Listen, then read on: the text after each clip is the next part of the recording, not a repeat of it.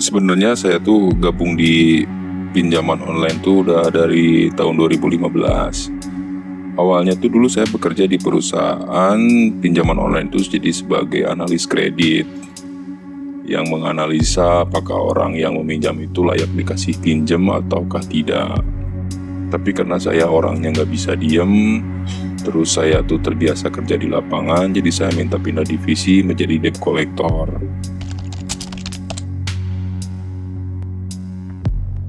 Saya pengalaman kerja di perusahaan pinjaman online tuh ada di perusahaan yang legal terus yang ilegal. Yang legal tuh saya pernah di dan di. Terus kalau yang ilegal saya banyak. Yang paling besar tuh ada dan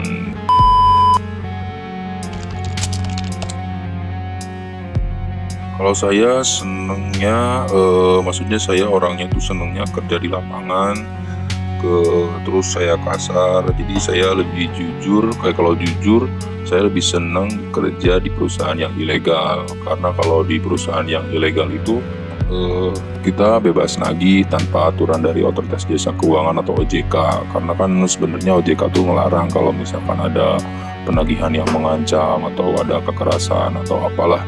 Jadi saya lebih senang kerja di perusahaan yang ilegal aja. Jadi kita bebas nagih tanpa aturan. Jadi yang penting kita bisa membuat si peminjam membayar pinjamannya dan kita bisa mendapat target penagihan.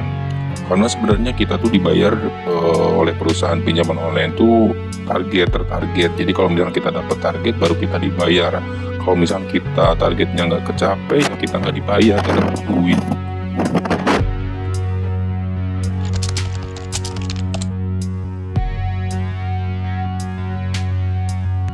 Sebenarnya sistem ini sih dipakainya oleh perusahaan ilegal karena OJK ngelarang sebenarnya ada praktik seperti ini. Terus biasanya ini dilakukan jika si peminjam tuh tidak kooperatif, tidak mengangkat telepon, terus di WA tidak dibalas, ya seperti itu pokoknya. Tujuannya ya untuk mempermalukan, mengancam si peminjam agar segera membayar hutangnya.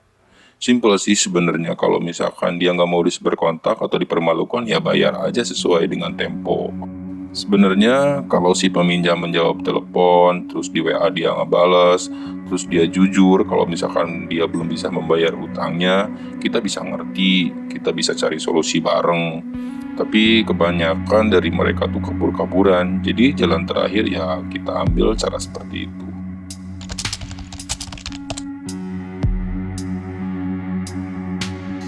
Ya, jika kasusnya seperti ini, sudah didatangi ke rumahnya tidak ada, terus sudah disebar kontak, juga tidak ada pembayaran atau tidak mempan, ya ini jadi kerugian perusahaan pinjaman online.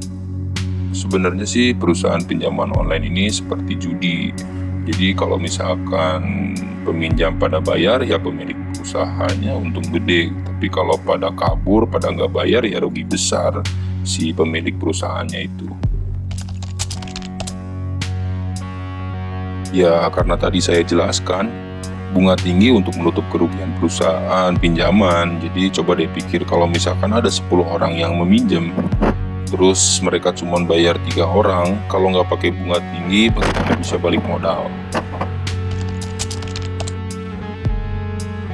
Sukanya sih kalau misalkan kita datengin nasabah ke rumahnya, terus nasabahnya belum bisa bayar, terus dia suka ngasih uang rokok atau sekedar uang pengganti bensin karena mungkin mereka takut ya akan kedatangan kita. Dukanya kadang suka kasihan sama nasabah yang nggak punya gitu ya. Kita datang ke sana, terus kita dituntut target oleh perusahaan, sedangkan hati kecil saya tuh kadang kasihan lihat keadaan nasabah. Nah di situ sih dilemanya.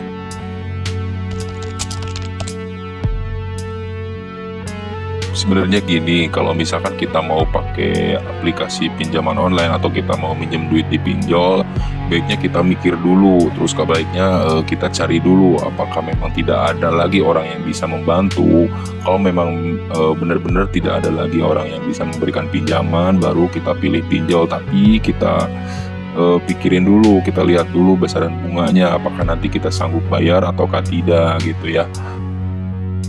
Nah, jadi buat para peminjam yang sekarang sudah punya utang di pinjaman online, kalian jangan takut dengan adanya debt collector. Sebenarnya kalian ini kalau misalkan kalian jujur ke kita bakal lebih seneng. Kalau misalkan memang belum ada uangnya, kita juga bisa ngerti, kita cari solusinya. Mungkin kita nanti sampaikan ke kantor bagaimana baiknya, bagaimana bagusnya gitu. Jangan sampai kalian lari dari telepon kita ataupun SMS kita ataupun WhatsApp kita, karena itu makin membuat kita geram, makin membuat kita marah gitu ya. Jadi nanti kita akan memilih cara yang lain. Oke Mas, makasih.